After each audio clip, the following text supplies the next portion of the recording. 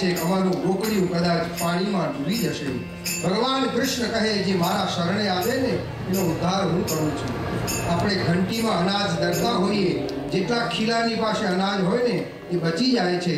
ખૂબ વરસાદ વરસવા લાગ્યો છે અને વરસાદ વરસવાને કારણે બધા જ આવ્યા કૃષ્ણ પાસે, પ્રભુની આજુબાજુ ગોઠવાયા છે.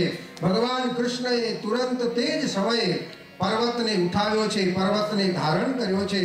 ધારણ કરતા કરતા કરતા પ્રભુએ ગોવર્ધન પર્વત ઉઠાવ્યો. રાધા મૈયા આવ્યા અને રાધા આવી ગયા અને તે જ સમયે શ્રીજી બાવાનું એક નવું સ્વરૂપ વ્યક્ત થયું. જગતને શ્રીજી બાવાનું સ્વરૂપ મળ્યું અને એ સ્વરૂપ મળતાની સાથે જગતમાં એ ગોવર્ધન પ્રભુ તરીકે પ્રસિદ્ધ થયા. આપણે એ બધાનું મહત્વ અને લીલા એ કાલે શ્રવણ કરીશું. અત્યારે આપણે ભગવાનને આરતી ઉતારીએ.